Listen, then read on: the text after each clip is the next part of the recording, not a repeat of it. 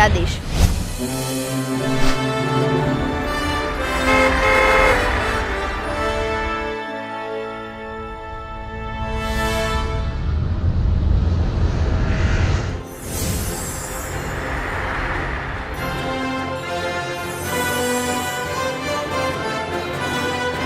Canada का क्षेत्रफल 99,84,670 चौरस किलोमीटर है और सन 2018 की जनगणना के अनुसार इस देश की जनगणना 3,70,31,595 गुजरात से आधी है। कनाडा में भारतीयों की संख्या करीब 20 लाख है। दूसरे देशों से आकर स्थायी होने वाले लोग यहाँ पर स्थानिक प्रजा से ज्यादा दिखते हैं। इस देश के 3 क्षेत्र है और 10 राज्य है। प्रतिवर्ष यहाँ पर करीब 30,000 भारतीय स्थायी होते हैं। इस देश की मुख्य भाषा अंग्रेजी और फ्रेंच है और पंजाबी यहाँ की तीसरी भाषा है। कनाडा में पंजाबी और गुजराती लोग ज्यादा दिखते हैं। कनाडा में अधिक संख्या में मिनिस्टर पंजाबी है, जो भारत के लिए गौरव की बात है। कनाडा के $1 का भाव 56 रुपए है। कनाडा का सबसे बड़ा शहर टोरंटो है और यहाँ का नायग्रा वाटरफॉल बहुत ही प्रसिद्ध है। कनाडा में गुना नहीवत होते हैं।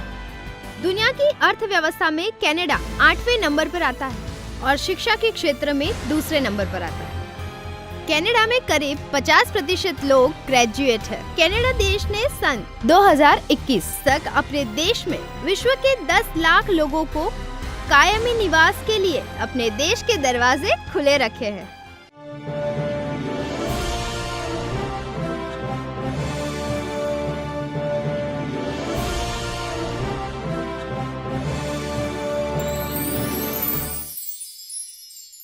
SDS क्या है? SDS का पूरा नाम है स्टूडेंट डायरेक्ट स्ट्रीम। पुराना programme SPP student partner programme की जगह पर SDS प्रोग्राम शुरू किया है। SDS प्रोग्राम का मूल उद्देश्य सरल, तेज और सबसे कम डॉक्यूमेंट द्वारा वीजा देना है। Canadian education system under SDS। Canada में पढ़ाई करने के लिए मूल रूप से 3 इंटेक होते हैं, सितंबर, मई और जनवरी। पुराने बैंक बैलेंस की जरूरत नहीं है, किसी स्पॉन्सर की भी जरूरत नहीं है। कनाडा में 1 साल का कोर्स पूरा करेंगे तब 1 साल की वर्क परमिट मिलेगी और कनाडा में 2 साल का कोर्स पूरा करेंगे तब 3 साल की वर्क परमिट मिलेगी। कनाडा में 1 साल में 2 सेमेस्टर पढ़ने होते हैं, जिसमें 1 सेमेस्टर 4 महीने का होता है। ऐसे 2 सेमेस्टर 8 महीने के होते हैं और 4 महीने में छोटी बड़ी छुट्टियां दी जाती है, जिसमें छात्र पूरे टाइम नौकरी भी कर सकते हैं। 1 हफ्ते में 25 घंटे पढ़ाई होती है और 20 घंटे नौकरी कर सकते हैं। 12वीं कक्षा तक पढ़ाई की हो तो लिसनिंग, रीडिंग, राइटिंग, स्पीकिंग हर एक मॉड्यूल में 6 बैंड होना अनिवार्य होता है और अगर ग्रेजुएशन कंप्लीट किया है तो लिसनिंग, रीडिंग, राइटिंग, स्पीकिंग हर एक मॉड्यूल में 6+ बैंड होना अनिवार्य है और ओवरऑल 6.5 बैंड होने चाहिए। 12वीं कक्षा में 60% होने चाहिए और कुछ कोर्सेज में 55% भी स्वीकार्य है। 12वीं कक्षा के बाद 1 साल से ज्यादा गैप नहीं होना चाहिए। ग्रेजुएट छात्रों को CGPA 6.0 से ज्यादा होता है। 12वीं कक्षा के बाद 3 साल का ग्रेजुएट कोर्स किया हो तो 4 बैकलॉग और 4 साल का ग्रेजुएट कोर्स किया हो तो फिर 6 बैकलॉग तक कॉलेज यूनिवर्सिटी स्वीकार्य है, जिस कारण ज्यादा बैकलॉग वाले छात्रों को वीजा मिलने की संभावना कम होती है।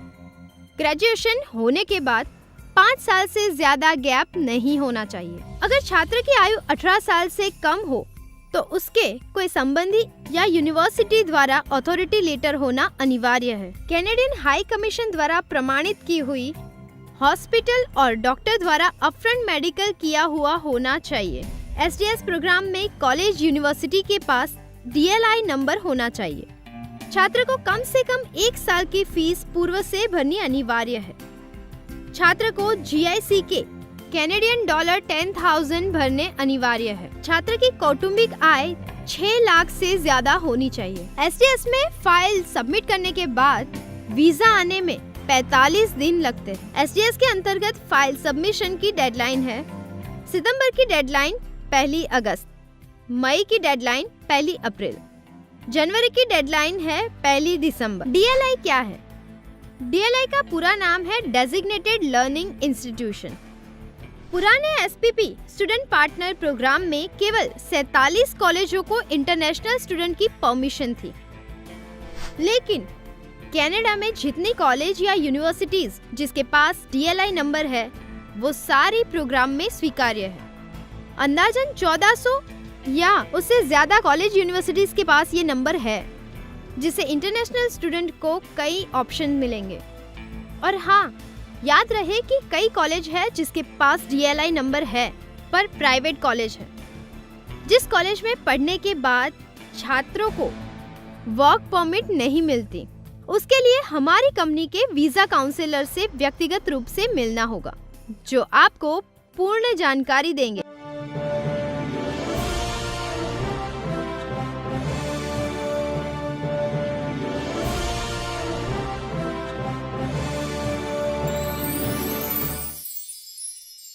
GIC क्या है? GIC का पूरा नाम है गारंटेड इन्वेस्टमेंट सर्टिफिकेट। छात्र को 1 साल के लिए रहने खाने के लिए कैनेडियन गवर्नमेंट द्वारा तय किए हुए $10,000 भारत के बैंक में से कैनेडियन गवर्नमेंट द्वारा तय की हुई बैंक में ट्रांसफर करने होते हैं।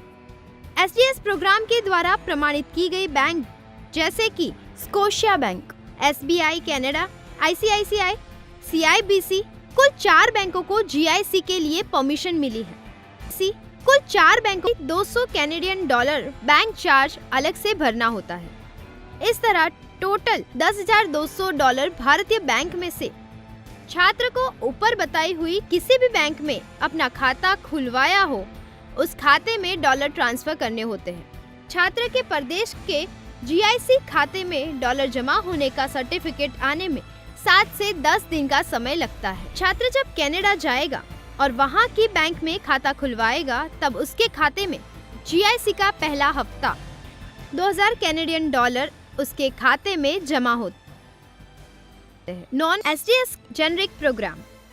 जब छात्र को प्रोग्राम के अनुसार IELTS का स्कोर ना हुआ हो या तो एकेडमिक अच्छा ना हो, तब नॉन SDS जेनरिक प्रोग्राम में छात्र फाइल के लिए अप्रूव होता है। इस प्रोग्राम में पुराना बैंक बैलेंस, एजुकेशन लोन आदि फंड दिखाना होता है। नॉन SDS जेनरिक के छात्र को PR इमिग्रेशन मिलने की संभावना नगण्य होती है। फाइल हाई कमीशन में सबमिट करने के बाद वीजा आने का समय 60 दिन का होता है। इस प्रोग्राम में 1 साल की फीस भरनी अनिवार्य नहीं है। उसी तरह GIC भी अनिवार्य नहीं है। वीजा रेशियो 50% होता है। SOP लिखना अनिवार्य है। सामान्य तौर पे पूछे गए प्रश्नों के जवाब दे तो वर्तमान में कनाडा के डॉलर का भाव क्या है? 56 रुपए अंदाजन। SDS के अंतर्गत छात्र उच्च अध्ययन के लिए कनाडा जाए तो कितना खर्च होता है?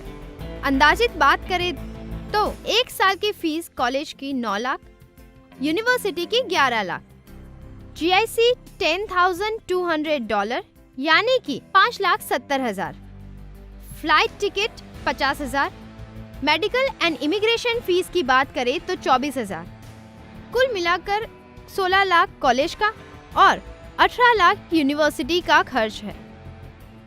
अंदाजित के अलावा खर्चा करने की तैयारी होनी चाहिए, लेकिन ऊपर बताया हुआ खर्च अंदाजित मात्रा है जो कॉलेज और यूनिवर्सिटी अनुसार बढ़ घट सकता है। ELP क्या होता है? जब छात्र नॉन SDS और जेनरिक प्रोग्राम में पढ़ाई की इच्छा रखता है और छात्र के IELTS के बैंड बहुत कम हो या IELTS की परीक्षा न दी हो, तब उसे अंग्रेजी का कोर्स करना पड़ता है, जिसको ELP कहते हैं। उसका पूरा नाम इंग्लिश लैंग्वेज प्रोग्राम है। कनाडा अपने देश से कितने घंटे आगे पीछे है? तो कनाडा अपने देश से अंदाजन 10.5 घंटे पीछे है। एक सवाल ये है कि IELTS के बिना कनाडा जा सकते हैं? हाँ, अगर छात्र ने IELTS की परीक्षा न दी हो तो ELP कोर्स लेकर के फाइल की जा सकती है। रेशियो 50% होता है। जिसका एजुकेशन अच्छा होगा वही फाइल कर सकेगा। एक और सवाल है, क्या पति पत्नी का साथ में वीजा मिलता है? SDS में कोई ऐसा नियम नहीं है कि पति पत्नी साथ में वीजा फाइल न रख सके, लेकिन सामान्य तौर पर स्पाउस का वीजा मेन एप्लीकेंट का कनाडा में एक सेमेस्टर खत्म होने के बाद रख सकते हैं और स्पाउस को भी ओपन वर्क परमिट मिलती है। एसटीएस में टॉफल, सीएपी, सेलपिप आदि स्वीकार्य है? नहीं, एसटीएस में आईएलटीएस ही प्रमाणित है। ई वीजा क्या होता है? अब ज्यादातर एम्बेसी पासपोर्ट में स्टिकर लगाना धीरे धीरे बंद कर रही है। अब ईमेल द्वारा वीजा दिया जाता है, तो ईमेल द्वारा दिए जाने वाला वीजा ई वीजा कहलाता है।